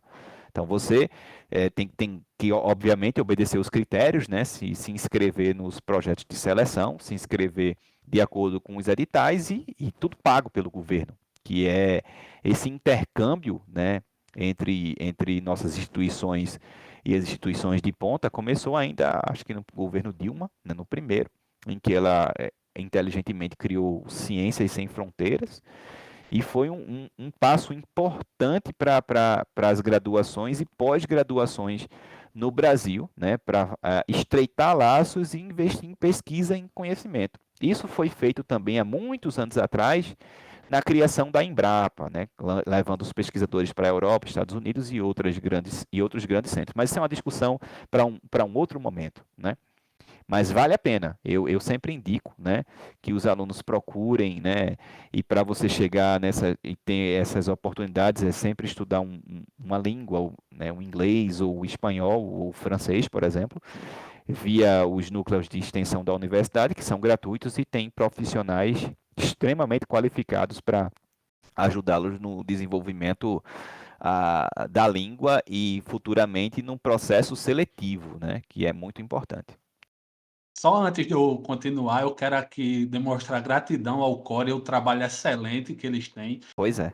E agradeço a todo mundo, todos nós como comunidade, professores, alunos e toda a comunidade que se beneficia disso, agradecemos ao trabalho do Core. Muito obrigado. Professor, uma coisa que eu tenho analisado muito é a disputa de alguns cargos. Eu vou focar em um específico, que é o analista de dados, e a gente tem perdido vagas para pessoas de outras áreas, como ciência da computação e tudo mais. O que o senhor acha disso? Você acha que tinha de ter uma fiscalização por parte do CONRE? Tem de ter, é claro que tem de ter um investimento na melhor qualidade de ensino do graduando em estatística, mas o que o senhor pode nos falar mais sobre isso também, ou a opinião do senhor? Olha, eu com relação ao CONRE, né, o Conselho de Estatística, eu não me filiei, e acredito que não devo me filiar, porque eu não sou estatístico de formação, né? E eu, como acadêmico, eu não necessariamente preciso me filiar, né? Mas eu acho que é o que tem acontecido com a popularização, né, das técnicas do tópico anterior que eu respondi para vocês de Machine Learning, e o interesse de muitos outros profissionais de segmentos correlatos, né, estudarem e desenvolverem bons trabalhos nessa área, tem feito com que a gente perca espaço. Isso também é culpa nossa, tá? Porque ou a gente senta, eu digo a gente, comunidade estatística, e define o que é um cientista analista de dados, tá? Ou a gente vai perder espaço para quem tem melhores conhecimentos programacionais em termos de desenvolvimento de algoritmos do que nós. Porque, na minha concepção, um cientista de dados unicórnio, né, como costumam dizer aí, eu não gosto desse termo não, mas um cientista de dados, ele tem que ter um conhecimento matemático, estatístico e computacional. Esse é um cientista de dados completo. Então, o que é que a gente tem que trabalhar com o estudante de estatística para ele ser um cientista de dados completo? É focar e incentivar que os alunos busquem aprender técnicas computacionais, ou seja, é o que eu sempre digo, não se prender apenas ao que é ensinado na disciplina, porque, como vocês sabem, é praticamente impossível, né, ensinar tudo em uma disciplina de 60 horas, e vocês dispõem, por exemplo, de ferramentas, de plataformas de ensino, que são muitas vezes muito superiores às partes computacionais que são ensinadas em sala de aula. E eu posso falar por mim mesmo. Eu não deixo de estudar pela Udemy, eu não deixo de estudar pela DataCamp. Eu tenho meus cursos lá. E eu faço cursos com não estatísticos, como, por exemplo, o professor Fernando Amaral, um finlandês, que eu nunca sei dizer o nome dele, que fez um curso de ciência de dados de A a Z. Fantástico, fantástico curso. Além de que há vários profissionais aí que estão ensinando técnicas no R, no Python, e aí é que o estatístico tem que entrar, tá? Eu sei que, na maioria das vezes, o estudante ele não tem tantas condições financeiras para pagar um curso, concordo com as dificuldades, mas vez ou outra, a própria plataforma da Udemy, ela dá promoções por R$ 29,90, acesso vitalício. Então, você compra lá o curso quando você puder. Eu não tenho tempo de estudar isso agora. Vai nas férias, estuda 15 minutos por dia ou estuda 20 minutos por dia, bem devagar, né? E são cursos com certificação e obviamente, a depender da tua busca, do que tu vai refinar, tu vai ter bons cursos e também cursos ruins. Aí, tu vai estabelecer o quê? O teu currículo vai se igualar ou superar o pessoal de áreas afins, entendeu? Porque hoje, para você ter uma noção, Rodolfo, tem até curso que é mais ou menos assim, ó, Big Data No Coding, que se a gente fosse traduzir seria trabalhar com Big Data sem programar, né? Então, assim, eu não vi como é o curso, né? Mas já tem gente usando softwares, né, que a gente chama de clique-clique, caixa preta, e tendo bons resultados e conseguindo empregos e bons salários. Aí, eu acho que vocês, como estudantes, não tem que se preocupar muito com o CONRE, não, tá? O CONRE é importante se você for registrar a sua empresa, se você quiser usar um CNPJ e criar a sua empresa virtual ou física e precisar da aprovação para assinar relatórios. Ok. Mas numa contratação remota, numa empresa de fora, não acredito que ela vai se preocupar se tu tem um número do CONRE ou não, tá? E aí, quando tu se capacita por fora, além da capacidade técnica e teórica que a graduação vai te dar, tu vai ser um diferencial, tá? Quer um exemplo? Suponha que eu sou um recrutador, né?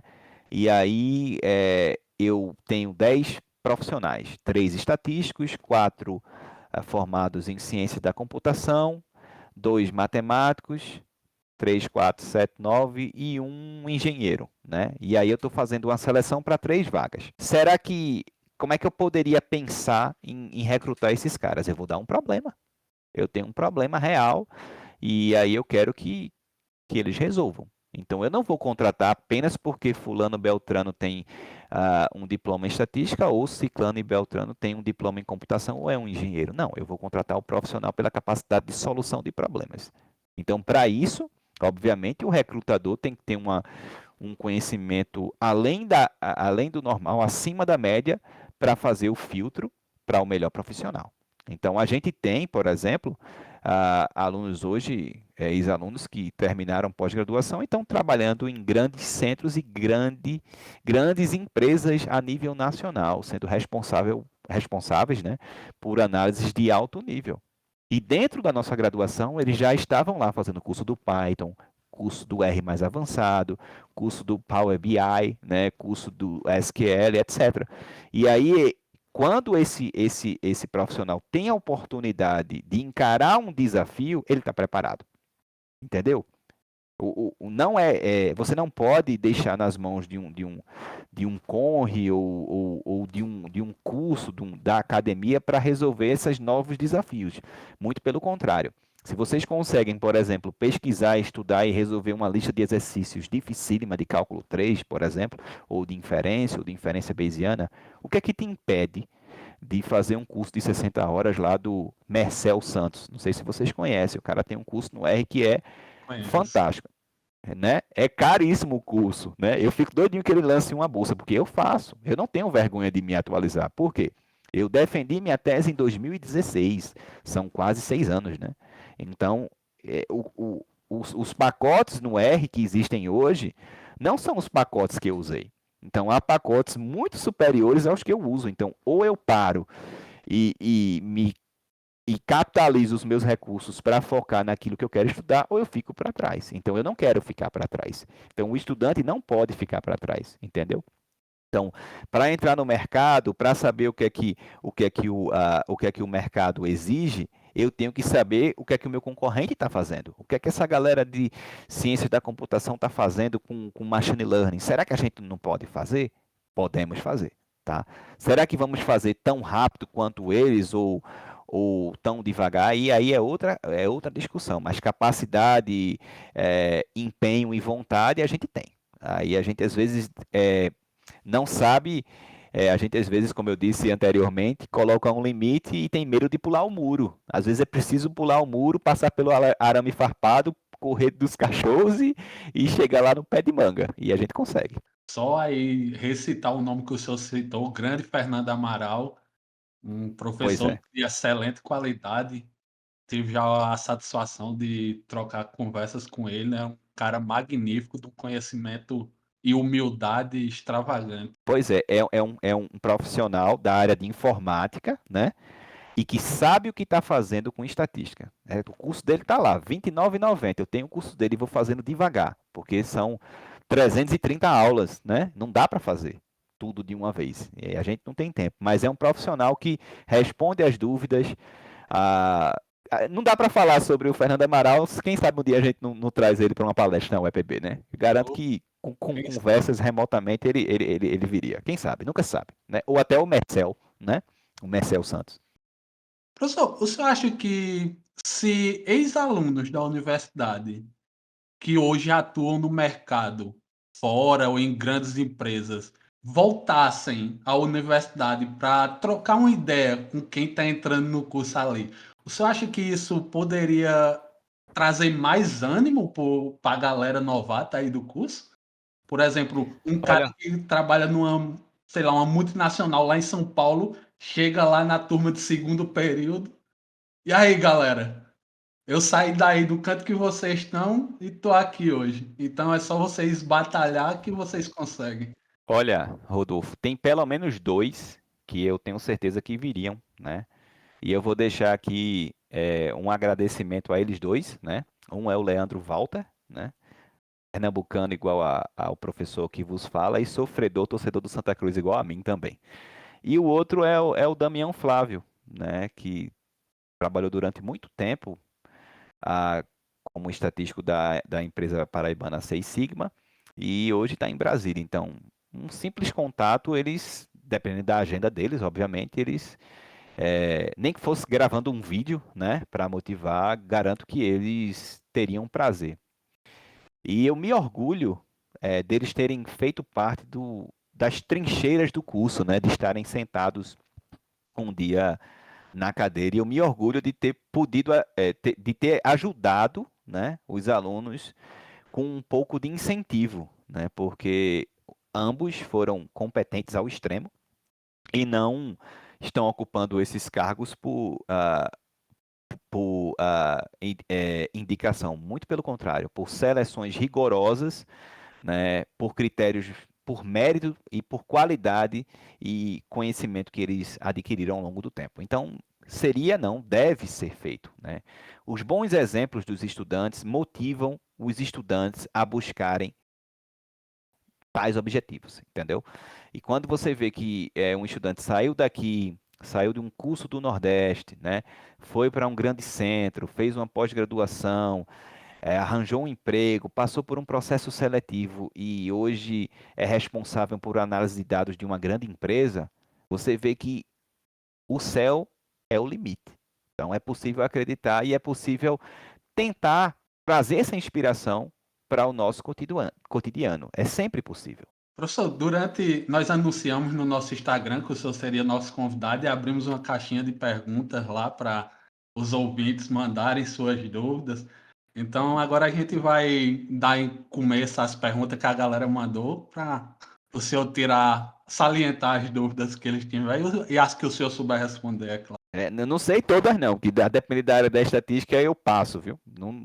Tem coisa que não dá para responder não, mas vamos lá. Eu vou começar com a dúvida do Micael, grande Micael, um colega meu lá do Rio de Janeiro, vai iniciar em setembro sua corrida acadêmica na estatística no ENSE, e ele pediu para eu perguntar ao senhor sobre a situação da estatística no mercado de trabalho e uma visão futura para a profissão. Bem, Micael, obrigado pela pergunta, né? Desejo a você, primeiramente, sucesso. Você está num instituto que não precisa nem falar, né? Instituto fantástico. E assim, Micael, olha, primeiro estuda, cara. Estuda, né? Dedique-se ao máximo às disciplinas iniciais, a perspectivas boas para aqueles que encaram a estatística como não apenas como uma ferramenta, mas como uma profissão, né? A estatística não é a profissão do futuro, ela é a profissão do hoje, tá? Porque o futuro chegou e você, como um novo aluno, tem total condições, a depender dos seus esforços e dos caminhos que você vai traçar, de obter uma vaga no mercado de trabalho, tá? A Deise Pereira mandou a seguinte pergunta: terminei o curso e não exerci a profissão. Ainda tenho muita vontade de seguir carreira. Qual conselho você daria para que isso aconteça? Gostaria de ter experiência de trabalhar nesta área, mas não tenho ideia de como me inserir. Olha, Daisy, como todo profissional que não exerce a função, é necessário o profissional fazer traçar um perfil, um estudo do que o mercado está exigindo. Então, aconselho a buscar informações no LinkedIn ou de headhunters e, obviamente, tentar a capacitação, né, via cursos das plataformas que a gente já mencionou aqui, né? Fazer um curso rápido do R, um curso rápido do Excel, um curso rápido do Python, do Power BI, com análise de dados, né? Então, aí você vai conseguir, obviamente, entender a necessidade do mercado e se colocar num nível de competitividade, né? Porque A partir do momento em que você terminou o curso e não está exercendo a profissão, então você está ficando para trás, tá bom? Então, sucesso aí e não deixa de correr atrás. A próxima pergunta, eu acho que caiu como uma luva. Ela é do Pablo RFS e ele pergunta: qual o caminho um graduando em licenciatura em matemática deve tomar para entrar no ramo da estatística? Eita, então parece que eu estou me vendo, né? Olha, não acha que tu sabes estatística, tá? Então, o licenciando, a depender de como é o perfil do licenciando e o PPC do curso, ele vai ter visto, no máximo, sendo otimista, 60 horas, né? 60 horas de uma cadeira de probabilidade estatística. Então, se o Pablo ainda está cursando matemática, eu sugiro, né? Cursar uma cadeira como ouvinte, conversar com alguns colegas estatísticos e, assim que terminar o curso, se for do interesse, entrar como um portador de diploma no curso de estatística. E a gente, caso queira, recebemos muito bem o perfil de matemática, física e computação dos formandos e há sempre vagas para diplomados entrarem na nossa instituição. Caso queira vir para Paraíba, aqui em Campina Grande, será bem-vindo. Alisson.lb95 mandou a próxima pergunta. O que acha do crescimento na área de data science e qual o papel do estatístico nesse contexto? Bem, o crescimento de data science é óbvio, primordialmente porque o volume de dados aumenta exponencialmente. É uma coisa que a gente não pode nem mensurar. O papel do estatístico é crucial, né? Não há análise de dados, né? Não há cientista de dados, não há engenheiro de dados sem conhecimento estatístico. Então, o estatístico ele é o diferencial, porém, ele precisa estar atento às tendências do mercado, para não ficar para trás, né? Para não perder a oportunidade de emprego, desde que, obviamente, ele se interaja das técnicas e das metodologias, e principalmente técnicas computacionais que são necessárias para o momento. O William17 perguntou: quais caminhos devo seguir para arrumar um emprego logo após a graduação? Bem, William, isso é difícil, né? A depender da cidade e do mercado que você está situado, talvez você precise buscar centros maiores, né? Por exemplo, qual o quantitativo de vagas que são disponibilizadas para um estatístico em Campina Grande, né? Então, normalmente, as cidades elas têm o Instituto UIEL, né? E o CIEE também, não sei se mudaram os nomes, que disponibilizam o número de vagas para estágio, né? Então, um bom início para um recém-formado é ter estagiado na área, né? Porque aí ele, a depender do seu desempenho dentro de uma empresa, um bom estagiário pode se tornar o próximo profissional da área que ajuda a capacitar e coletar os outros estagiários que virão. Então, assim, não se prenda apenas ao limítrofe da sua região e pense que há boas oportunidades, talvez até bem distantes da sua área que você reside hoje ou que faz o seu curso. E a próxima pergunta, aliás, próxima pergunta não, as próximas perguntas. Quem fez foi a Denilson2319. Ele mandou não só uma, mandou 3. Eu vou ler uma aqui, Eita. Rodolfo lê a próxima e eu leio a última. Ele falou o seguinte: hoje o Power BI é uma ferramenta imprescindível para quem deseja atuar com análise de dados? Olha, o Power BI imprescindível é uma palavra complexa, né? Porque dá a ideia de que você só vai usá-lo, tá? É uma ferramenta bastante útil, só que é pago, né? É pago. Então, será que você pode fazer bons dashboards, né? Sem o Power BI? Pode. Agora é o seguinte: se você quer trabalhar em empresa, se você quer trabalhar com volume de dados que serão apresentados a um público que não é estatístico, aí ele torna os seus trabalhos mais fáceis. Então, aconselho investir no Power BI, em cursos no Power BI, e aconselho a capacitação no Power BI. Então, assim, a depender do que se procura, né, uma apresentação no Power BI é mais bonito do que uma apresentação no Beamer, por exemplo, né? De gráficos no Beamer e um dashboard completo no Power BI. E o Power BI também ele permite que você faça atualizações quase que instantâneas, né? Deixe lá e você vai atualizando à medida que o volume de dados vai aumentando. Então, é imprescindível. Mas, assim, depende muito do perfil do profissional e do perfil da empresa. É só para deixar comentado, para todos os ouvintes que se interessarem pelo Power BI, a Data Science Academy dispõe de um curso gratuito. Então, quem quiser ir lá dar uma olhada, não custa nada. Eu aconselho, tá? Aconselho a fazer. E não só o Power BI, a própria USP e outras instituições têm disponibilizado cursos gratuitos na área de Big Data, com técnicas estatísticas, sendo no R ou no Python. Então, vale muito a pena fazer um curso, a certificação e, obviamente, o aprendizado. A próxima pergunta do Adenilson é: um graduado em estatística pode lecionar quais disciplinas em outros cursos? Bem, não deveria, né? Porque um graduado em estatística, ele é um bacharel. Então, assim, lecionar é diferente, tá? Lecionar, existem cursos que trabalham na parte de licenciatura. Isso não impede de um graduado lecionar, a depender da necessidade. Então, o graduado em estatística, ele é formado para ou ir para a academia, via mestrado, doutorado e virar professor da academia, se assim desejar, ou ir para o mercado de trabalho. Por quê? Num curso de licenciatura, há disciplinas como planejamento, didática, planejamento e técnicas de ensino, didática referente à disciplina, metodologias de ensino, que aí preparam um profissional para entender como constrói desde um plano de aula a entender como é as técnicas de ensino por trás da metodologia. Vygotsky, Piaget, etc. Então, isso é complexo. Eu entendo que, às vezes, a necessidade faz com que alguns estatísticos graduados, e principalmente em cidades menores, se transformem em professores contratados por prefeitura, né? E aí vão trabalhar com ensino básico, fundamental ou até ensino médio, por necessidade, né? Porque não há concurso para professores. Mas eu aconselho, caso o estatístico tem esse interesse de ensinar, principalmente no básico, que procure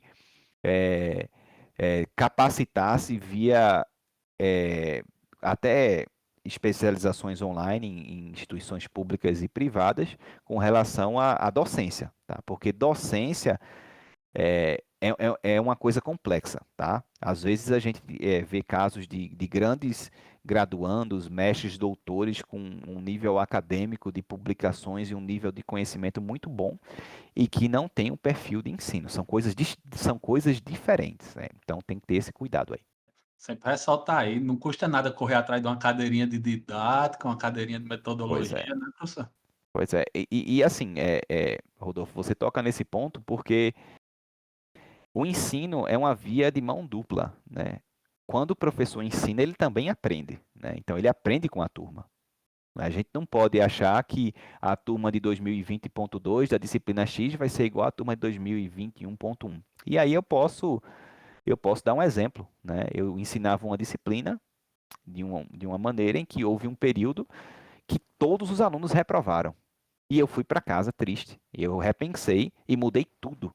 A disciplina era extremamente complexa e eu transformei a disciplina, a complexidade dela com praticidade também, tá?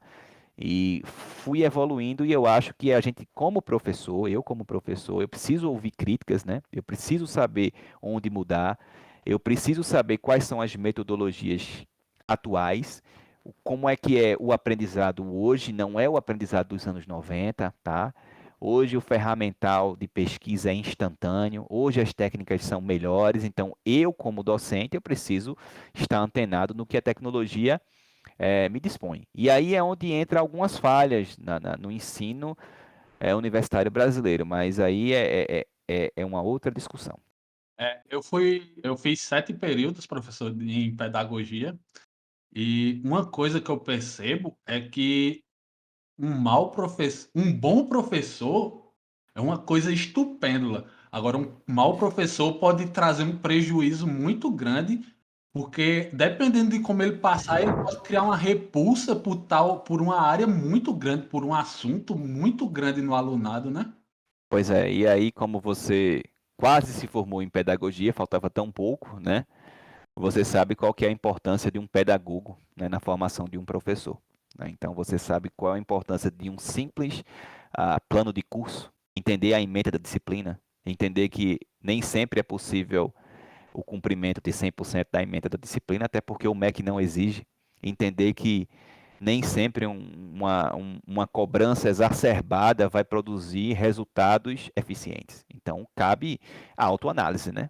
A autoanálise do docente, né? Cabe a crítica, cabe a reflexão, cabe o entendimento de ambas as partes que conduzem um processo de aprendizagem, né? Certo. E a última pergunta do Adenilson é: qual seria a melhor especialização para atuar no mercado de trabalho? Bem, aí eu vou numa opinião, uma opinião pessoal, né?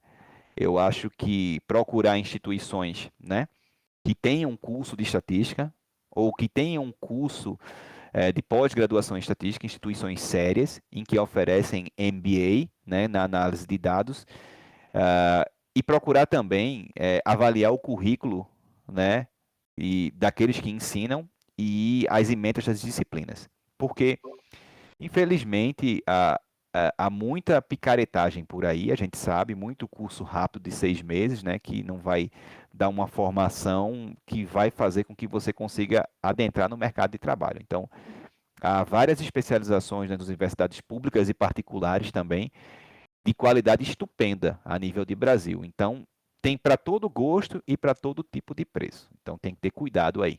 Eu sempre aconselho, antes de adentrar numa instituição, procurar um curso na Data Camp ou Udemy, né? E um curso com referências, com boas referências antes de adentrar, né? Porque a gente às vezes pode pagar caro por uma coisa que não vai fazer com que tu tenhas o crescimento profissional desejado, né? Já pensou, você faz uma especialização, aí paga ou gratuita numa instituição que você não conhece bem o perfil, e tu tem um curso na especialização que é inferior da graduação. Isso é muito comum, tá? Então tem que ter esse cuidado. Então, com isso, encerramos nosso primeiro episódio do StatCast. Queremos agradecer muito ao professor Silvio por se dispor esse tempo a conversar conosco, para tirar as dúvidas. Muito obrigado, professor Silvio. Bem, ao Rodolfo e ao Gabriel, né? Eu agradeço a oportunidade, né? Estou aberto a novas discussões. Desejo a todos que vão ouvir esse podcast. Aqui é só um simples professor, tá? Sempre buscando aprender mais, né? O conhecimento estatístico ainda está muito longe, né? Há uma seara muito grande para trabalhar e a gente precisa de mais trabalhadores, né? A gente precisa de gente que venha fazer com que essa grande área do conhecimento se torne cada vez mais popular com gente qualificada. Então, para os alunos, não deixem de estudar, é difícil o curso, são caminhos árduos que vocês vão passar, tá? Mas olhe para o horizonte e saiba que cada obstáculo que você está passando agora, cada dificuldade com lista de exercício, cada dor de cabeça, cada final de semana perdido tem um objetivo, tá? Não é fácil, é tortuoso, mas o fim compensa. O fim vai chegar para todos aqueles que vão se dedicar e vão se encontrar, né? A área da estatística não é uma área de um caminho único, há várias vertentes e cada vertente precisa de cada vez mais profissionais qualificados. Não deixem de estudar, não deixem de fazer cursos, não deixem de coletar materiais gratuitos na internet, não deixem de ajudar uns aos outros, que aí a gente cresce. O Brasil tem grandes estatísticos, né? Tem um nível de produção estatística fenomenal, temos estatísticos premiados, professores premiados, alunos premiados, e a gente tem ligações com os maiores centros do mundo. Então, faça com que os seus desejos e seus sonhos, seja no mercado ou na academia, tornem-se possíveis à medida que você se dedica com afinco. Muito obrigado pela mensagem, professor. Queremos agradecer também ao nosso público. Se não fossem por vocês, nós não estaríamos aqui. Muito obrigado a cada ouvinte, muito obrigado a vocês aí que disporam do seu tempo para nos ouvir. É uma honra ter a presença de vocês. E queremos agradecer também aos nossos parceiros, a OVNI Design, que cuidou de toda a nossa logo, uma empresa super eficiente, uma empresa estudantil lá da UFCG, que tem um futuro magnífico, trabalha com profissionalismo magnífico. Então, quem quiser aí, montar sua imagem aí no mercado online, digital, OVNI Design. E não só logo, né, Rodolfo? Toda a identidade visual também do podcast. Exato, exato. Eles cuidam de tudo. Galera lá é. A galera é fera. Muito obrigado a todos.